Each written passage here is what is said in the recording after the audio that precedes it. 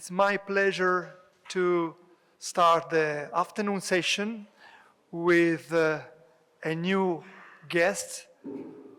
Actually, I introduced him before, I guess, during my morning introduction. But let me say a few words about Xavier Labandeira. Xavier is professor at the Department of Applied Economics at the University of Vigo, director of Economics for Energy, a private non-profit research center. He's member of the research center ECOBAS, affiliated to the CCEPR at MIT, and a member of the Scientific Council of Elcano Royal Institute.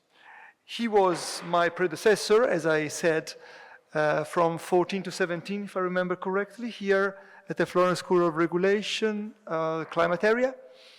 And he is my successor as Secretary General of the Policy Outreach Committee at the European Association of Environmental Resource Economists. So we are exchanging roles, Xavier. I really wanted you to be here, not only as a friend, but since this is the 10th year, it was particularly meaningful to have your presence. And I also wanted you to be here because of the work you're running, which has been very influential and highly debated, even these days, in Spain. So the floor is yours. Well, thanks, Simone. It's a pleasure to be here. I will stand if there are no problems with the recording. It's a pleasure to be here because, as Simone said, I saw this annual conference birth many years ago. And we had really good keynote speakers during these 10 years, during this period as well. So for me, it's an honor to be here, and thanks, Simone, for inviting me. So I don't have a lot of time, and I have many things to cover. I will basically return to Spain. It was a coincidence that both Maria and I are here. I didn't know she was coming until not very long ago. And actually, we also share some pictures in the slides. But I think that despite talking about Spain, this is applicable to many, at least European countries, the debates I'm going to show you, or in general, because I'm going to talk about just transition, equity, distributional issues with respect to climate change. Well, by the way, this is the river, the huge river. There was nothing there, and basically this was a few hours before, hours not, minutes before these 200 people were killed. So it was this disastrous event which Maria mentioned this morning. So basically, I'm going to talk to you about equity and climate change. I will focus quite a lot on mitigation, but I want to say some words before on some general remarks on the importance of equity in this field. And within mitigation policies, I will also focus a lot on fiscal policies. I mean, tax and expenditure to compensate distributional negative effects. And this will come from my work for the Spanish Tax Reform Committee. This was a committee set by the Spanish government with professors of universities, basically a couple of years ago. And I was in charge of the environmental chapter, which was a very important chapter there. And we focused a lot on this distributional, not only on the corrective part, but also on the distributional part. So this is my plan for today, but I will illustrate this presentation, what we did for Spain in a more general framework, and also trying to I think it will be useful even without this general framework for many other advanced, developed countries. But I think that there are also other issues that arose since we prepared this tax reform report. So you all know what is at stake. I mean, we are in a very difficult situation, and this is from Copernicus. I mean, we already are over 1.5 degrees, according to the latest news. And you can see there that the last few months have been terrible.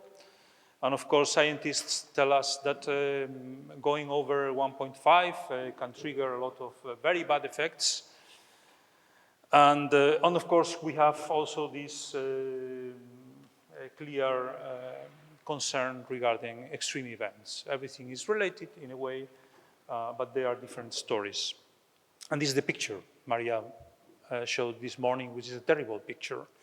And the amount of damage caused in that area of Spain is amazing. I mean, it's really not only the lives lost, which are too many, but also the economic loss is huge.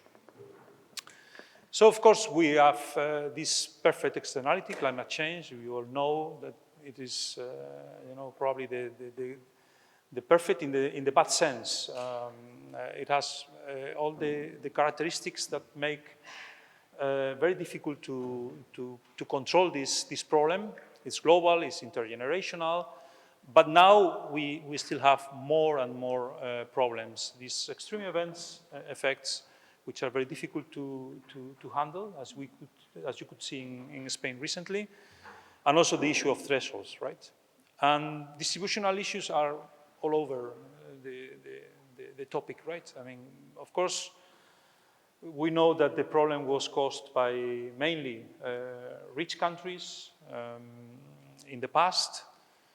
It is being caused also by rich people, rich individuals at the moment, and not so rich countries, also middle-income countries at the moment.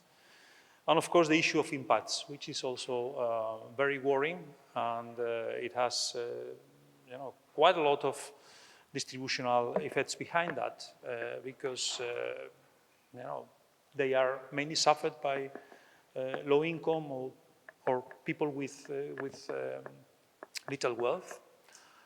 And adaptation possibilities, which is something that we want to use, given this problem and what the figures we saw before.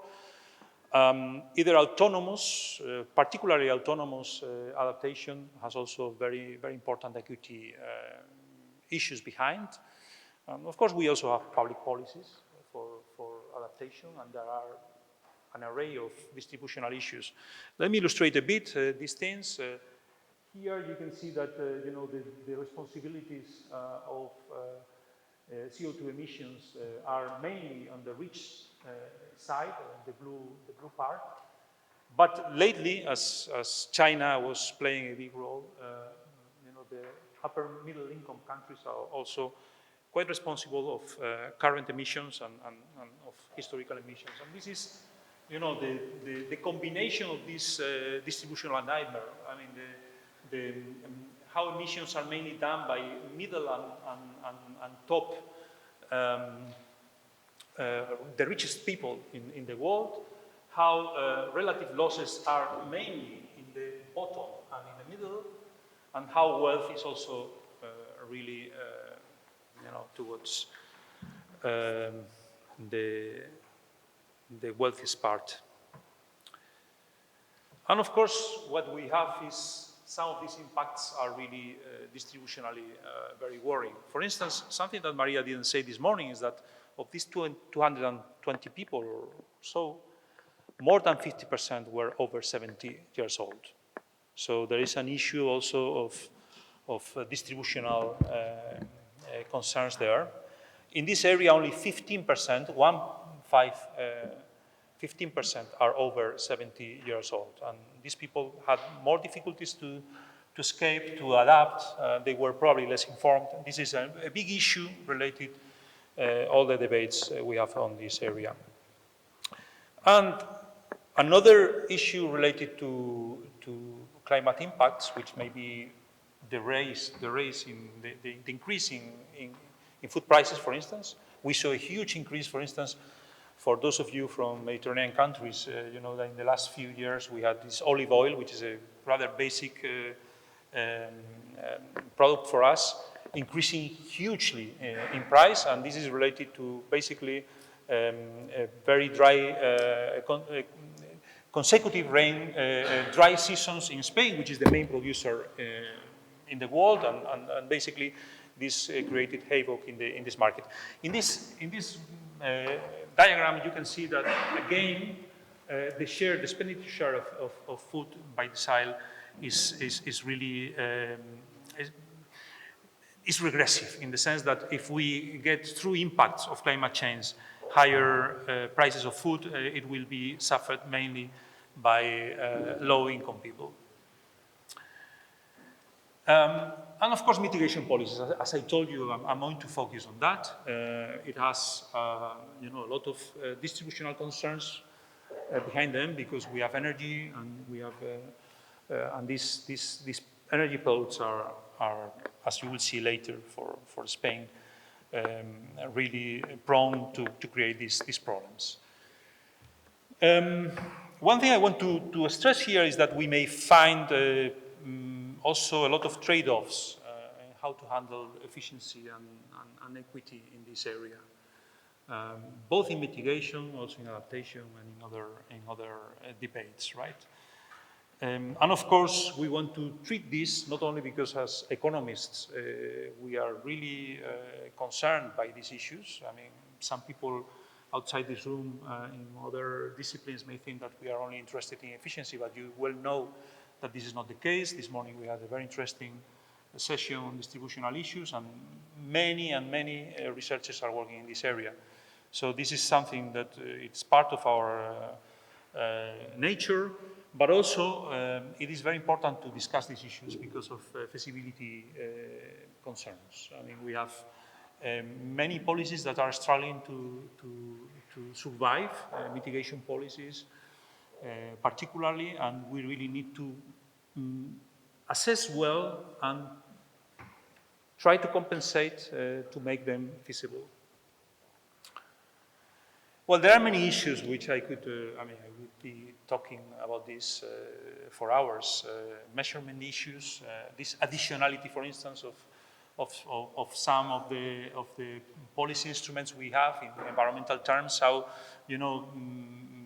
another trade-off between additionality and protection of people with less.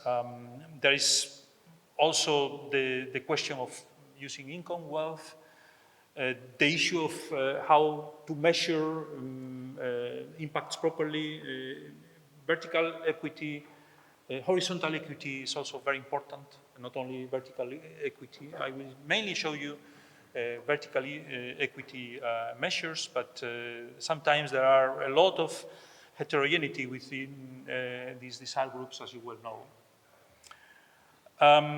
There are also different distributional pathways that we have to take into account. I will mainly focus on the uses of income, but of course there are distributional concerns regarding the sources of income.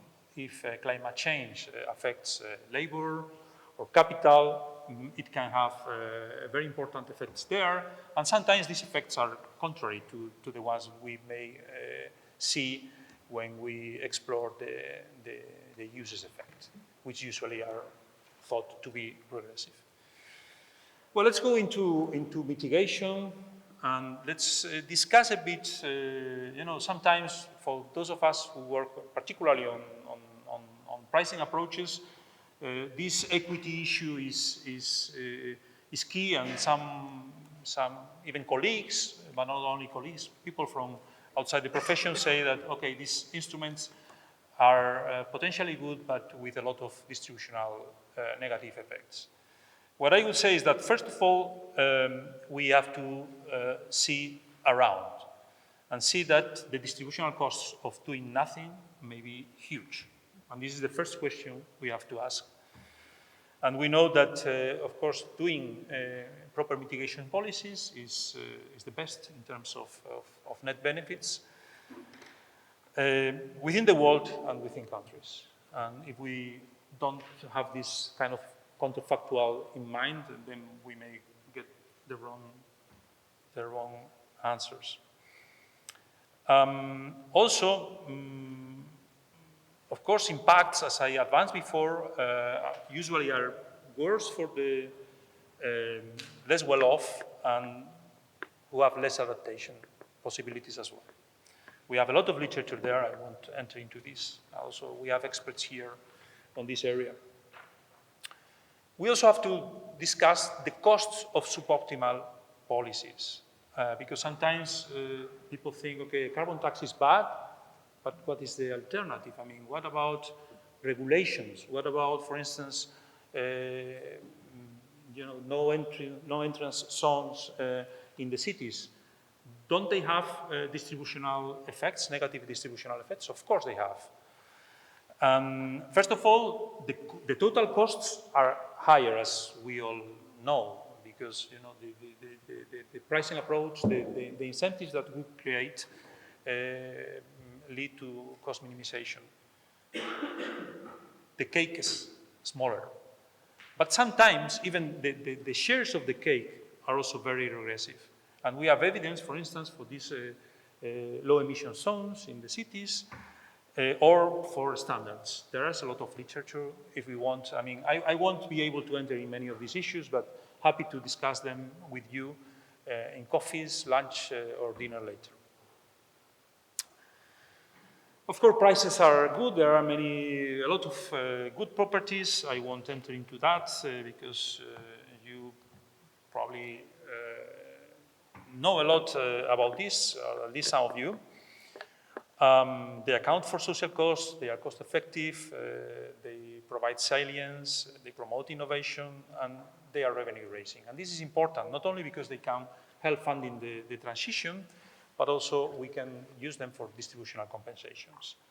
And this is important within a country, and also, after what happened in Baku, perhaps to raise some of at least for developed countries, some of the funds that are needed for this extra agreement on extra funds achieved there. It is, however, as you all know, not a sufficient solution. It is necessary under my point of view, but not sufficient for the vast transformations we need ahead. We need to see ahead. And therefore, I'm focusing on this and on the distributional effect later on. But you have to imagine that there will be many other instruments at the same time, and we as economists should also provide a proper measurement of impact and compensations if possible. Only 10 minutes. Okay, so the White Book. Spain agreed to provide this to the European Commission as part of this big money coming from post-COVID. So I was one of the persons, as I told you before, and we had to do this pro bono, first of all, and basically without means. Sorry for some of you who may have listened to this part, because I presented this here 1 year ago, approximately. So basically we did not only proposals, but we wanted to do very, with rigor, detailed assessments, simulations on revenues, on environmental effects, and also on distributional effects. And also we provided a lot of information on possible compensations. Two areas I will cover here: sustainable electrification, basically providing reasons to reduce the taxes on electricity, to provide electrification with more renewables, blah, blah, blah. A lot of things on transportation. This was the core of the White Book, and we also did things on circularity and water. This is the type of work we do. This is one of the measures, an electricity tax reduction, and you can see that we simulate a reduction of the price. We use price elasticities. It's a very, very basic approach. I mean, it's rocket science. But the tax system is also, it's not easy, so you really need to, taxes are related, so VAT with other taxes, so you really need to have a model that works properly. So with this, we are able to more or less replicate the situation in moment zero with a new simulation, and we get information on revenues, and variation of CO2 demand. And this is the distributional impact. Then we have a different model, and with the data from the Spanish household survey, we are able to see who pays for this tax, or in this case, who benefits from the reduction of the tax. As you can see, this is very progressive, because electricity, is a good an energy good that, if tax is very regressive, the opposite happens when you reduce taxes. This is something that is being debated in Spain last week. I'm actually publishing a piece of opinion today, because the Spanish Parliament once again stopped exactly this proposal, which is Spain is one of the countries in Europe with lower fuel taxation. It is really sad to see Parliament blocking an increase of fuel taxation after the Dana in Valencia, knowing, as we know, the relationship between fossil fuel consumption and these type of events. As you can see, it is fairly regressive, not extremely regressive as electricity, but still we have issues of concern. This is aviation. We also propose aviation taxation, both on demand, ticket tax, and kerosene. This is the whole package. I won't enter into that, but basically we have tax increases, revenue raising, reduction of fossil fuel emissions, and also an increase of emissions from electricity and decrease of revenues. Overall, it's a nice package, because also the effects overall, which is the blue part, are not as regressive when you combine everything, right? The electricity reduction and the increase of fossil fuels. Well, let me talk a bit about compensation. What we did is, first of all, assess well what are the impacts. And then try to compensate. What can you do? You can do ad hoc compensations on income groups, on certain areas, whatever, or you can do general compensation to the whole population. You can do short term, just giving cash transfers. There was a paper on this for poverty in the last session. Or you can do long-term stock subsidies for people less well off, perhaps, in order to try to compensate. You can do on prices, or you can do on income. Underlined is what we prefer, usually, to be able to tackle properly these problems of distributional bad effects of mitigation policies. In general, countries did the opposite, and I will show you later. During the after the Russian invasion, the compensatory policies were the opposite to our advice, both in Spain and elsewhere. So they were general, they were usually short-term, and they were usually on prices, which is exactly the opposite we should do. Because then we have, if we do it on prices, we have this trade-off, equity and efficiency, right? I mentioned before. You have different ways to do this. You can do it within specific taxes. For instance, you can manipulate some of these energy taxes to make them less bad. Sometimes there are a lot of trade-offs there. You can do a green tax reform, reducing other taxes, but sometimes it is difficult to use a green tax reform to protect the less well-off. Or you can use expenditure, which is our preferred approach. You can do it different ways.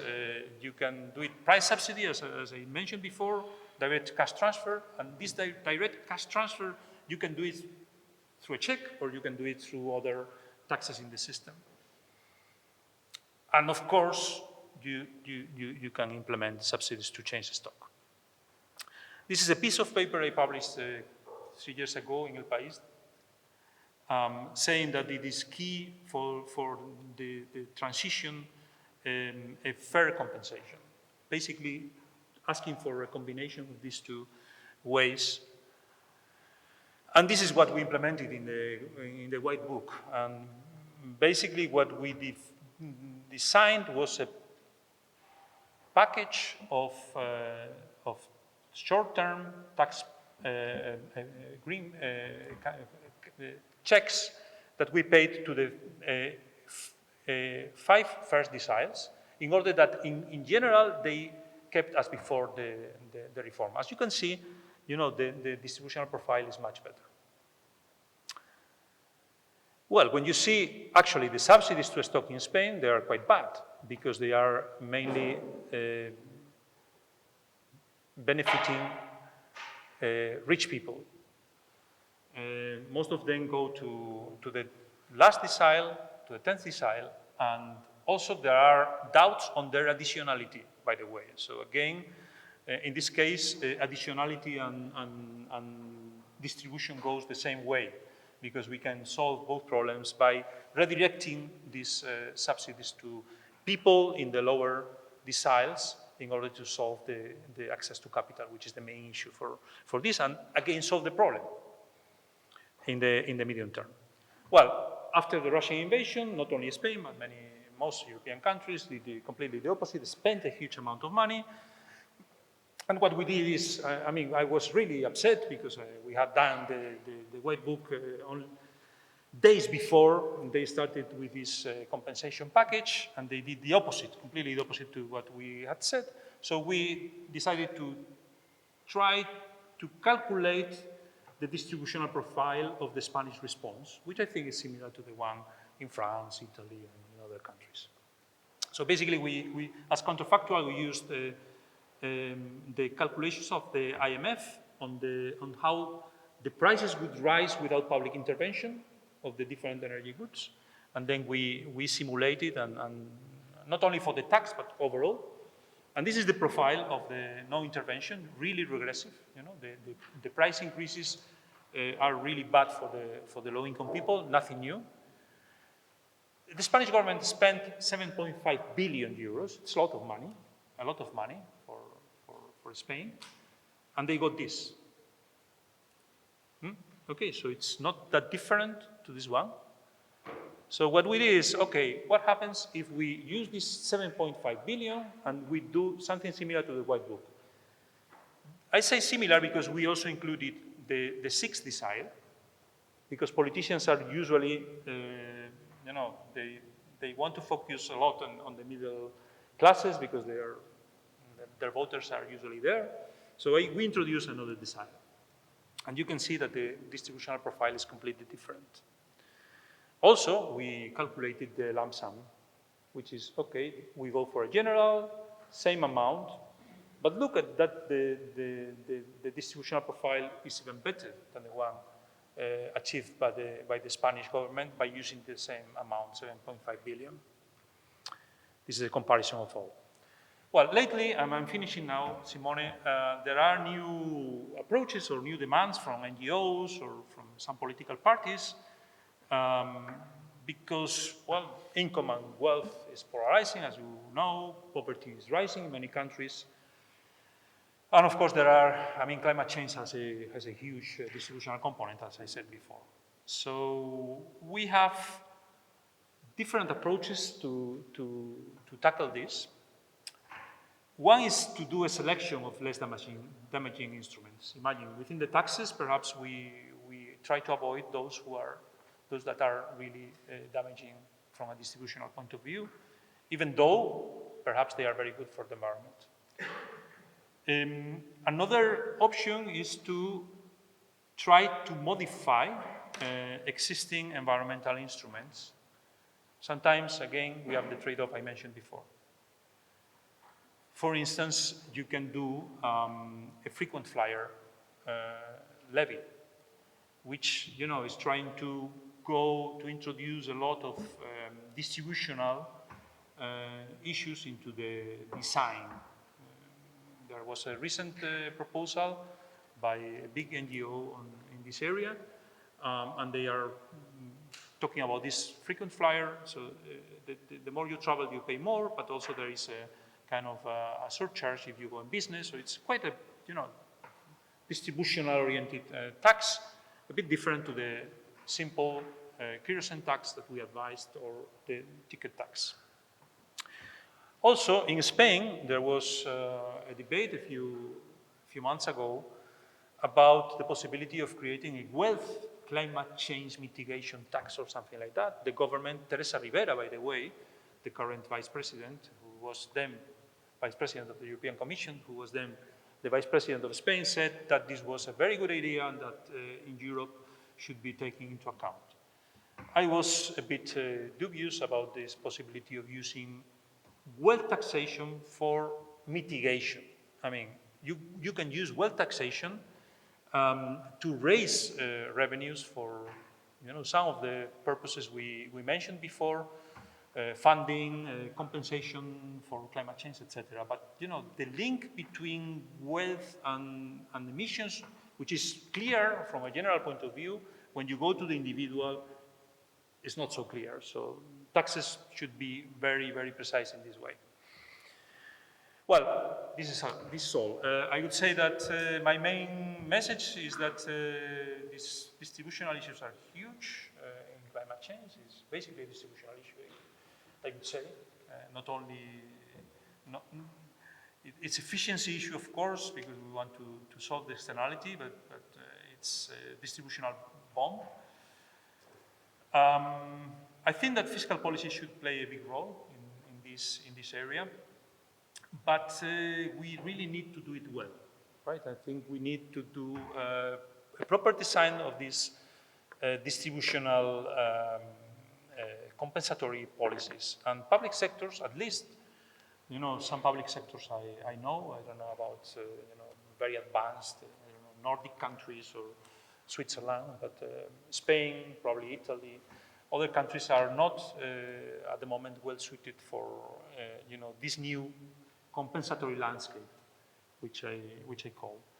And sometimes perhaps we need to take into account that there are trade-offs and that perhaps these trade-offs should lead us to, not the first best or even the second best in mitigation, right? Because we may want to perhaps to introduce a frequent flyer tax in order to get it accepted, and perhaps this is better than other options, right?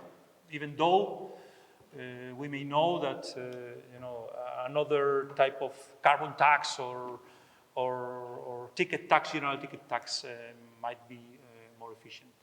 And that's all. Happy to talk to you. Sorry for probably taking a few minutes more. And here you have my website and my email in case you want to check the white book or other things. Thanks.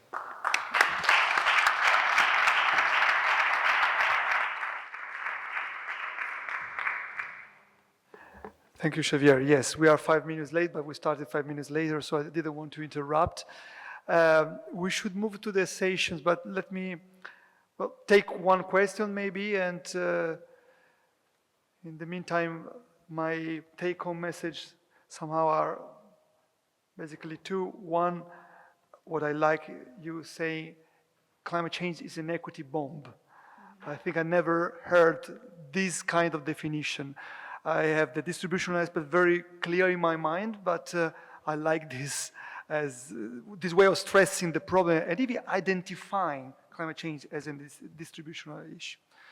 And the other take-home message for me is that next time that the Spanish government calls you, please tell them to do just the opposite of what you think. And so they will do exactly what you want. So sometimes this is a trick. Again, if there is one question, maybe we can take it. Antonia, go ahead. Hi, hello. Thank you for the presentation. I have just a question on when you find a positive effect of the compensation, right? So you have that positive, but how should we interpret this? Like an overcompensation rebate, or so what's the takeaway from that result, which is interesting, but I don't know how. Yeah. What we did was, we didn't do decile by decile full compensation, but we took all the compensated deciles, for instance, the 5 first decile, and these 5 deciles should be, overall, be as before the reform. So that means certain cash per household. Since it is the same for the whole 5 deciles, it benefits more. I mean, it's a bit progressive, so it benefits more to the first decile. Well, we thought that this was a good way to avoid also jumps within the deciles, etc. But of course, I mean, this is illustrative. I mean, it's not. It was not meant to influence policymakers, as the media said. I mean, you are giving the numbers to the politicians to do. I mean, it was just an illustration. Of course, then things can be fine-tuned when the ministries or the technical people with better data, because this was myself, basically, with a colleague doing all this work. Because we had worked on this area, we had papers on this, and we had the capacity to do it. But of course, it's rough approach. Eh? Okay, thank you. Yeah, it's a question about. So there is an idea in France of policy innovation, which is to create a separate budget, green budget. You know, so the idea is to have a budget balance constraint on the green fiscality. The idea being that you know that any green subsidies is funded by a green tax. So that you have this type of compensation. What do you? So it is supposed to increase acceptability. You know, when you create a tax, everybody knows that you know where it goes. So it's credible, and there is this double dividend, green dividend. What do you think of this type of approach? Well, in general, public economists are not favorable to these solutions, because you are getting a lot of constraints, right? I mean, you imagine that you say, okay, all health will be funded by alcohol taxes and tobacco taxes, plus, I don't know, part of gasoline taxation, because this is creating health effects. So usually we don't like that.